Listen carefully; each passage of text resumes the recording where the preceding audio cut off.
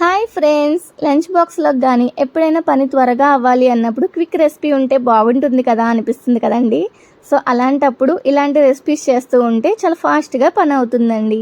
అవి ఏంటి అంటే ఈరోజు క్యాప్సికమ్ ఫ్రై అనేది చూపించబోతున్నా. సో లాస్ట్ వరకు వీడియో మొత్తం చేసి ఒకసారి మీరు ట్రై చేయండి.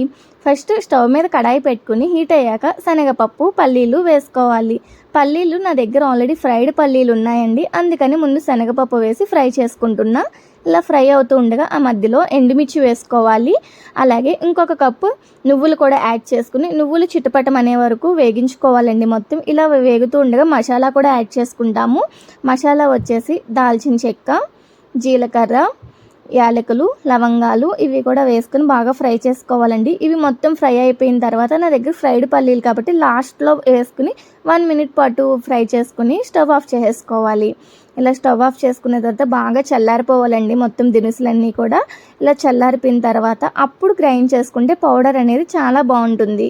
సో మొత్తం చల్లారిన తర్వాత మిక్సీ గ్రైండర్లోకి తీసుకుని ఇప్పుడు అందులో 4 వెల్లుల్లి, కొంచెం చింతపండు యాడ్ చేసుకుని ఫైన్ పౌడర్ లాగా గ్రైండ్ చేసుకుంటే పౌడర్ అనేది ఇలా వస్తుంది. ఇప్పుడు పక్కన పెట్టుకుని స్టవ్ మీద కడాయి పెట్టుకుని హీట్ అయ్యాక ఆయిల్ పోసుకుని ఆల్రెడీ కట్ చేసుకున్న 2 ఆనియన్స్ అండ్ 2 పచ్చిమిర్చి వేసుకొని బాగా ఫ్రై చేసుకోవాలండి. ఈలోపు ఫ్రై అయ్యేలోపు క్యాప్సికమ్ అనేది కట్ చేసుకోవాలి. క్యాప్సికమ్ మేము ఎప్పుడు కూడా ఫ్రైకి పొడవుగా కట్ చేసుకుంటే చాలా టేస్టీగా ఉంటుందండి. సో పొడవుగా కట్ చేసుకోండి క్యాప్సికమ్. సో ఇలా మొత్తం అన్నీ కట్ చేసి పక్కన పెట్టుకుని ఆనియన్స్ ఎప్పుడైతే ఫ్రై అవుతున్నాయో అప్పుడు అందులో 1 స్పూన్ పసుపు, కొంచెం టేస్ట్ తగ్గట్టుగా సాల్ట్ వేసుకుని బాగా ఫ్రై చేసుకోవాలి. ఆనియన్స్ ఎప్పుడైతే ఫ్రై అయిపోయినాయి అనిపించినప్పుడు మనం క్యాప్సికమ్ కట్ చేసి పెట్టుకున్నాం కదండి, అవన్నీ వేసేసుకుని 1 మినిట్ పాటు బాగా కలుపుకుంటూ ఫ్రై చేసుకోవాలండి. క్యాప్సికమ్ చాలా ఫాస్ట్గా కుక్ అవుతుంది. సో అందుకే ఇది క్విక్ రెసిపీ అని చెప్పాను. అలా మొత్తం ఫ్రై అయిపోవాలంటే ఒక మూత పెట్టేసి ఒక 5 మినిట్స్ పాటు వదిలేస్తే క్యాప్సికమ్ చాలా ఫాస్ట్గా కుక్ అవుతుందండి. మొత్తం మధ్య మధ్యలో అప్పుడప్పుడు మూత తీసి కొంచెం కదుపుకుంటూ ఉండండి.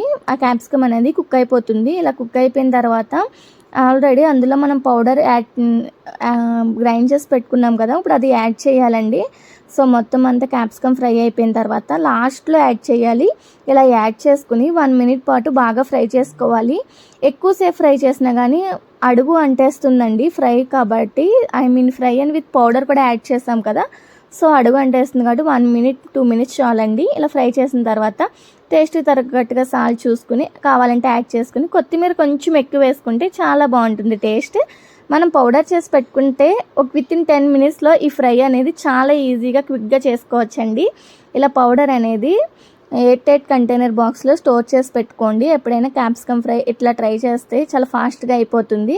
సో క్యాప్సికమ్ ఫ్రై చూసారా ఎంత ఈజీగా చాలా ఫాస్ట్గా అయిపోయింది కదా. ఒకసారి మీరు కూడా ట్రై చేయండి. ఎలా వచ్చింది అనేది కామెంట్ సెక్షన్లో నాకు తప్పనిసరిగా చెప్పండి. Thank you for watching this video. Please subscribe my channel.